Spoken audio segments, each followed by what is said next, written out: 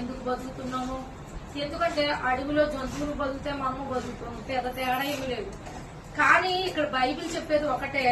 చూడండి, దావీదు రాసిన సంకీర్తన 103 సంకీర్తనలో మాట రాసేది,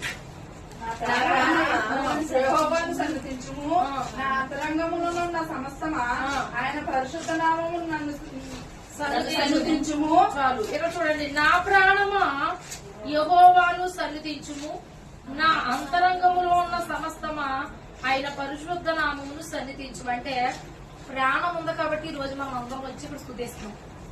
ప్రాణం లేకపోతే అసలు ఈ ఇంటికి మనకి ఎటువంటి సంబంధం లేదు.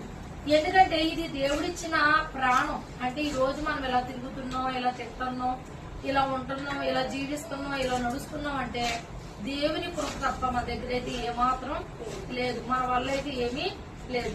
కాబట్టి ఈ ప్రాణం దేవుడు ఇచ్చాడు కాబట్టి వీళ్ళు ఏం చేయాలి? నిత్యము దేవుని స్తుతించాలి.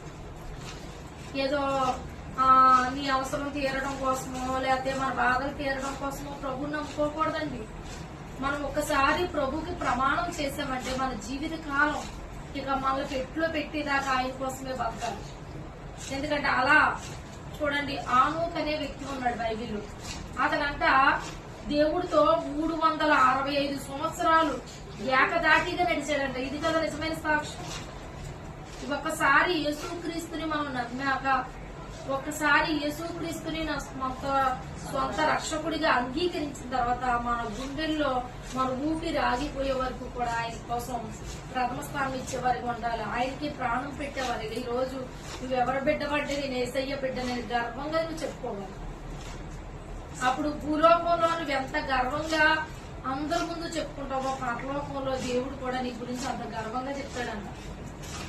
ఈమె నా ప్రియ కుమారుడు, ఈమె నా ప్రియ కుమార్తె అని మనకు ఒక జీవ కిరీటం ఇచ్చి ఆయన ఒక సింహాసనం మీద కూర్చోబెడతాడంట. ఇంకెంతకంటే గొప్పదంటే ఏమో చెప్పండి. భూమి మీద నువ్వు ఎంత కొనియాడతావో పరమందు దేవుడు మనల్ని కూడా ఏం చేస్తాడు? కొనియాడతాడు. గర్వకరమైన పని ఇది. ఇది అవమానం తెచ్చే పని కాదండి. లేకపోతే ఇది చిన్న పని కాదు. లేకపోతే యేసుక్రీస్తు చిన్న వ్యక్తి కాదు. ఒక మనిషికి లేదా ఒక వ్యక్తిగత జీవితానికి కాదు, ఈ ప్రపంచానికి యావద మరి ప్రజలందరికీ కూడా ఆయన రక్షకుడు అయి ఉన్నాడు.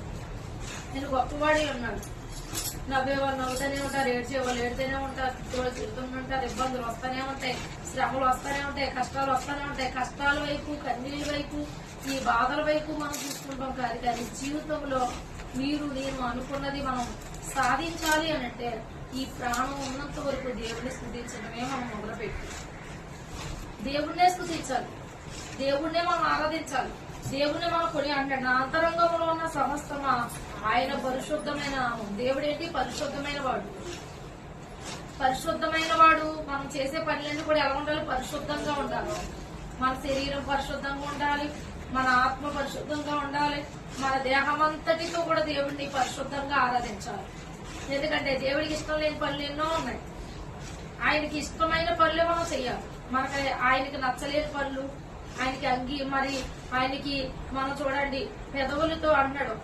మరి మనం ప్రార్థన చేస్తున్నామంటే మన హృదయం అంతట్లో కూడా దేవుని ప్రేమ చాలా ఉండాలి. ప్రార్థన చేస్తామంటే ప్రేమ లేకుండా ఆయనకి ఇష్టంగా ఒక కొడుకు అడుగుతున్నాడంట, డాడీ యేసయ్య చిన్నవాడా పెద్దవాడా? యేసయ్య చిన్నవాడా పెద్దవాడా అని అడుగుతున్నాడంట. తండ్రి అన్నాడంట, నీకు నేను ఎలా చెప్పాలి? చిన్న కుర్రోడు అడుగుతుంటే యేసయ్య పెద్దవాడా చిన్నవాడా? ఆ కుర్రోడికి ఎలా చెప్తే అర్థమవుతుంది? అర్థమవుతుంది. తండ్రి ఏం చేశాడంటే ఆకాశంలో విమానం వెళ్తుందంట. విమానం వెళ్ళేటప్పుడు ఆ కుర్రోడు, బాబు విమానం ఎలా కనపడుతుంది అని అడిగాడంట. డాడీ దూరం ఉన్నది చిన్నగా కనపడుతుంది అన్నాడు. దూరంగా ఉంది కదా, చిన్నగానే కనపడుతుంది అని అన్నాడు. సరే, కొడుకుని ఆ కారు వేసుకుని విమానాశ్రయానికి తీసుకెళ్లాడు. దగ్గరగా చూస్తే విమానం ఎలా ఉంటది? చాలా పెద్దగా ఉంటుంది, చాలా పెద్దగా ఉంటుంది. ఎందుకంటే ఇలా బావగారు లండన్ వెళ్ళేటప్పుడు మా తమ్ముడు హైదరాబాద్ లో ఉన్నాడని నేను అలా ఊరు వెళ్ళిన ఒక రోజు వెళ్ళినప్పుడు విమానాశ్రయానికి వెళ్ళాను. నేను అప్పుడు దాకా విమానం అంత పెద్దగా ఉంటుంది నాకు తెలియదు, నిజంగా నాకు తెలియదు. అప్పుడు కారులో వెళ్ళాను, శ్రావణి వాళ్ళందరితో పాటు వెళ్ళాను. ఆ కారులో హైదరాబాద్ వెళ్ళాను. అక్కడ హైదరాబాద్ వెళ్ళి ఎక్కేటప్పుడు చూస్తే అసలు విమానం అయ్యో బాబోయ్ అంత పెద్దగా ఉందో. పైకి చూస్తే చిన్నదిలా కనపడుతుంది, కానీ అసలు మామూలుగా లేదు. అసలు 2 బస్సులు కూడా 3 బస్సులు అసలు దానికంటే చాలా పెద్దది అన్నమాట. అసలు బస్సులు కట్టి ఏం సరిపోవు. ఈ పొడుగు నుండి ఆ పొడుగు అంత దూరం ఉంటది విమానం. అసలు అంత ఉంది. అంటే అప్పుడు చెప్పాడంట, దగ్గర చూస్తే అయ్యి బాబు విమానం ఉంటుంది. మరి గాల్లో చూసినప్పుడు అంటే నువ్వు దేవుడిని దగ్గరగా చూస్తే అంత పెద్దోడు, దూరంగా ఉంటే అంత చిన్నోడు అని చెప్తున్నాడు. అంటే నీకు ఆయనకి దగ్గరగా ఉంటే నీకు అంత గొప్పోడైన, దూరంగా ఉంటే అంత చిన్నోడు. అంటే ఈ రోజు చూసేవారికి ఎలా ఉండాలి? ఆయన గొప్పోడుగా కనపడాలంటే ఆయన దగ్గరగా ఉంటే మనకి ఎలా కనిపిస్తాడో? పిచ్చి ఏసయ్య పిచ్చి మనకి కూర్చున్నాం ఏంటి దగ్గరగా ఉన్నాం కాబట్టి పిచ్చి. అలాంటి ఏదైనా మన దేవుడు తెలియని వాళ్ళకి ఎలా ఉంటది? అసలు చాలా దూరంగా ఉంటుంది. అంటే ఎవరైనా సరే దేవుణ్ణి తెలిసిన వారికి యేసుక్రీస్తు మన దగ్గరగా చూస్తే దగ్గరగా, దూరంగా చూస్తే దూరంగా. అంటే ఈ రోజు ఎలాంటి వారికి దగ్గర, ఎలాంటి వారికి దూరం అంటే యేసయ్యకి నువ్వు ఎంత దగ్గరగా ఉన్నావో నీకు తెలియాలండి. ఈ రోజు చనిపోయే స్థితిలో ఎవ్వరూ కాపాడలేదమ్మా, నా తండ్రే నన్ను కాపాడాడని సాక్ష్యం ఇచ్చారంటే ఆయనకి మనం దగ్గరగా ఉంటే ఆయన మనల్ని దీవిస్తాడు. దగ్గరగా ఉంటే ఆయన మనల్ని ఆశలు. కానీ మన ప్రాణం ఉన్నంత వరకు ఏం చేయాలి? ఆయన్ని స్తుతించాలి. స్తుతించడమే కాదు, నా ప్రాణమా యెహోవాను స్తుతించుము, ఆయన చేసిన ఉపకారంలో దేన్ని చూడండి, దేవుడు చేసిన ఉపకారాలు ఇంత కూడా మర్చిపోకూడదు. అమ్మ మన కష్టకాలంలో ఎవరైనా సరే మనకి చిన్న సహాయం చేస్తే మన జీవితంలో ఎప్పుడూ మర్చిపోకూడదు.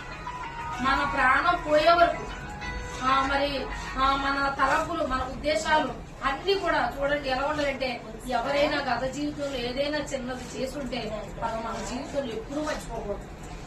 అన్ని ఉన్నప్పుడు ఎవరైనా ఇది పెట్టినా అది మనం గుర్తి అది పెద్ద గొప్ప అనిపించదు.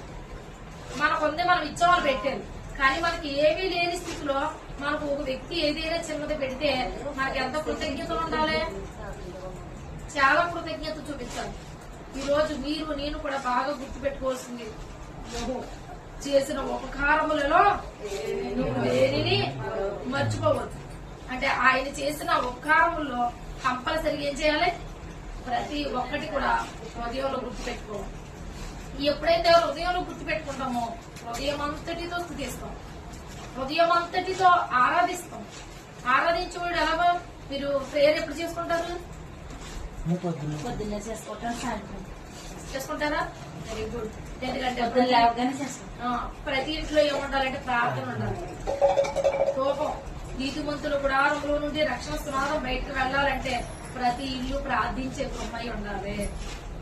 ప్రార్థించే గృహం అంట పరలోకంలోనంట ఎలా ఉంటుంది తెలుసా? దేవునికి ఇష్టమైన గృహమై ఉంటుందంట.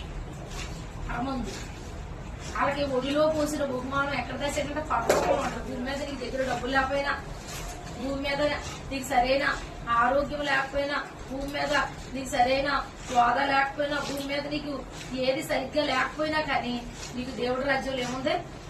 గొప్ప భాగ్యం ఉంది. అంటే ఈ భూమి మీద మనం ఎంత దేవుని స్తుతిస్తామో, ఎంత ఆరాధిస్తామో, ఎంత కొనియాడతామో, ఎంత గొప్ప చేస్తామో అంతగా దేవుడు దీవించి ఆశీర్వదిస్తాడు. కాబట్టి నమ్ముట నీ వల్ల అయితే నమ్మువానికి సమస్తం సాధ్యం. అంటే నమ్మకంతో చెయ్యాలి, భక్తి విశ్వాసంతో చేయాలి. అవిశ్వాసంతో మాత్రం ఎప్పుడు కూడా చేయకూడదు. కాబట్టి ఈ రోజు నీ ప్రాణం ఉన్నంత వరకు నువ్వు చేయవలసింది ఏంటి? ప్రార్థన చేయాలి. నీ ప్రాణం ఉన్నంత వరకు దేవుడు చేసిన మేలు మర్చిపోకూడదు. ఏం చేశాడు దేవుడు మేలు? చెప్పు సతీష్, ఏం చేశాడు? ఏమేం చేశాడు నీకు? అంటే నీ జీవితంలో ఆరోగ్యపేక్షలు పెట్టు. ఈ ఆరోగ్యం ఎవరికి ఉపయోగించాలి? దేవుడి కోసం ఉపయోగించాలి. అంటే ఈ ఆరోగ్యం ఇచ్చిన దేవాది దేవుడికి మనస్ఫూర్తిగా కృతజ్ఞతాస్తులు చెల్లించాలి. మనస్ఫూర్తిగా ఆయన పాదాలు నువ్వు పట్టుకోవాలి. మనస్ఫూర్తిగా నీ జీవిత కాలం అంతా దేవుడు చేసిన ఉపకారాన్ని మర్చిపోకూడదు. 3వ పాయింట్ చూడండి, ఆయన దోషములన్నింటినీ క్షమించువాడు, నీ సంగతులన్నింటినీ కుదిరించువాడు, సమాధిలో నుండి నీ ప్రాణము విమోచించువాడు.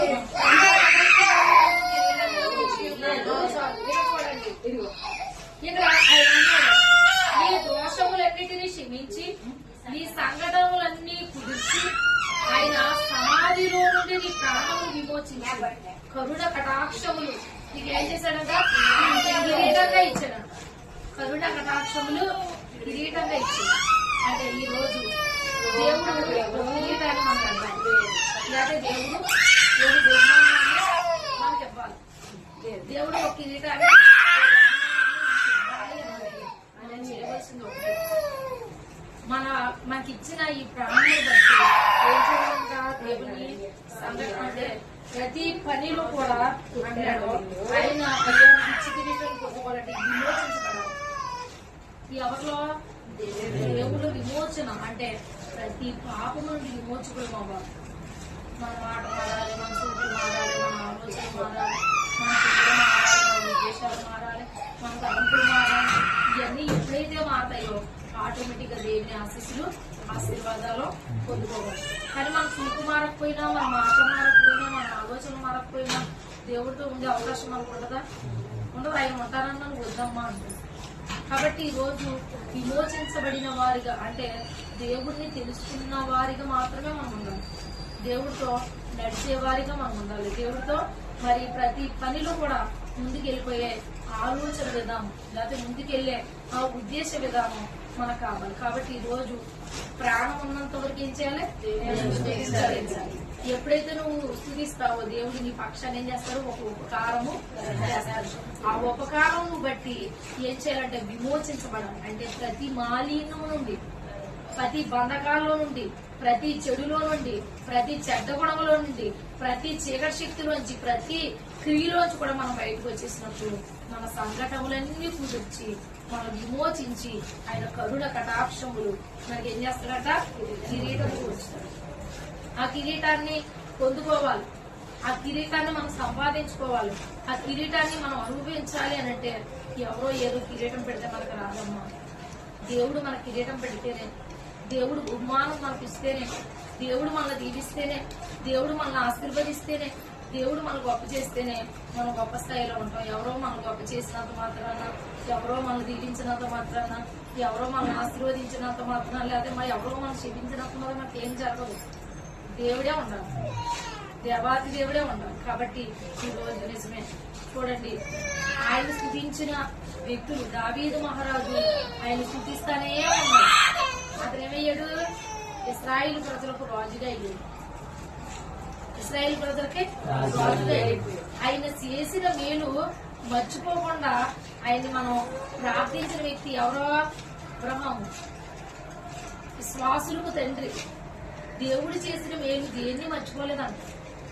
అందుకే విశ్వాసానికి తండ్రిని పెట్టాడు. ఏంటి? మన కొడుకుని ఇచ్చిన తర్వాత అతను అంటే చేసిన మేలు మర్చిపోలేదంటే చూడండి, కొడుకుని ఇచ్చిన తర్వాత ఇదే మేలుని మర్చిపోకుండా ఉండడం. అబ్రహాము కొడుకుని ఎక్కువ ప్రేమిస్తున్నాడా, నన్ను ఎక్కువ ప్రేమిస్తున్నాడని దేవుడు టెస్ట్ చేసేది. అంటే ఇది ఇచ్చిన దాన్ని చూసి ఆనందపడిపోయి నన్ను వదిలేసాడేమో అని చెప్పి అడిగినప్పుడు ఈ కొడుకుని బలిచ్చే అన్నప్పుడు సరే ప్రభువాన్ని ఇస్తానని తీసుకెళ్లిపోయాడు బలికి. అప్పుడే చేసిన మేలు గుర్తుందా మర్చిపోయాడని టెస్టింగ్ పెట్టి ఆ టెస్ట్ లో నగ్గాడా లేదా? నగ్గినందుకే కదా అబ్రహామును విశ్వాసులకు తండ్రి ఇసుక రేణువులంతా ఆస్తిని, పిల్లలను, ఐశ్వర్యమును అన్ని. మూడోది కరుణ. విమోచించబడాలి అంటే మనం విమోచించబడకపోతే ప్రతి పాపంలో నుండి విముక్తి కలగదు. చూడండి, పాపాత్ములైన స్త్రీ ఉంటారు. అందరూ వాళ్ళ ఇంటికి, సీమోన్ ఇంటికి మరి యేసుక్రీస్తు వస్తున్నాడని ప్రార్థన చేయించుకోవడాలో, తినాలనో, తాగాలనో ఏదోలా వస్తుంది. కానీ పాపాత్ములైన స్త్రీ జగతలిగిన అత్తరబుద్ధి తీసుకొచ్చి యేసు ప్రభు పాదాల మీద పోసి తన పాపాలు చెయ్యాలని, విమోచించబడాలని ఇతను వచ్చి నన్ను ముట్టుకుంటే నాలో ఉన్న ప్రతి అపవిత్రత పోతుందని చెప్పి యేసు ప్రభు పాదాల కింద పోసి మరి ఆ తల వెంట్రుకలతో తన పాపాలు తుడిచింది. అప్పుడు ఏమైపోయింది? ఆ పాపం విమోచించబడింది. అప్పుడు దేవుడు ఏమన్నాడు? అమ్మా, ఇక నువ్వు పాపం చేయదు, కరుణ కటాక్షములు కిరీటం ఇచ్చి పంపించదు. కరుణించడా లేదా? అందరూ అక్కడ ఆశ్చర్యపోయారా లేదా? నువ్వు పాపిని క్షమించు. కాబట్టి ఈ రోజు నీవు దేవుడి విషయంలో ప్రార్థించే వ్యక్తిపై ఉండాలి. ఆయన చేసింది ఏది మర్చిపోకూడదు. కానీ ప్రతి పనిలో కూడా విమోచించబడడం అంటే కృతజ్ఞత కలిగి ఉండాలి. ప్రతి విషయంలో దేవుడు చేసిన చిన్న మేలు అవునాయి, పెద్ద మేలు అవునాయి, నీకు ఏ మేలు చేసినా కృతజ్ఞత. ఆయనే ఉన్నాడు కాబట్టి ఈ రోజు నేను ఎలా ఉన్నాను, ఆయన నన్ను నడిపిస్తున్నాడు కాబట్టి నేను ఎలా ఉన్నాను, ఆయన నన్ను పోషిస్తున్నాడు కాబట్టి నేను ఎలా జీవిస్తున్నాను అని మీరు నేను కూడా కృతజ్ఞత కలిగి ఉండాలి.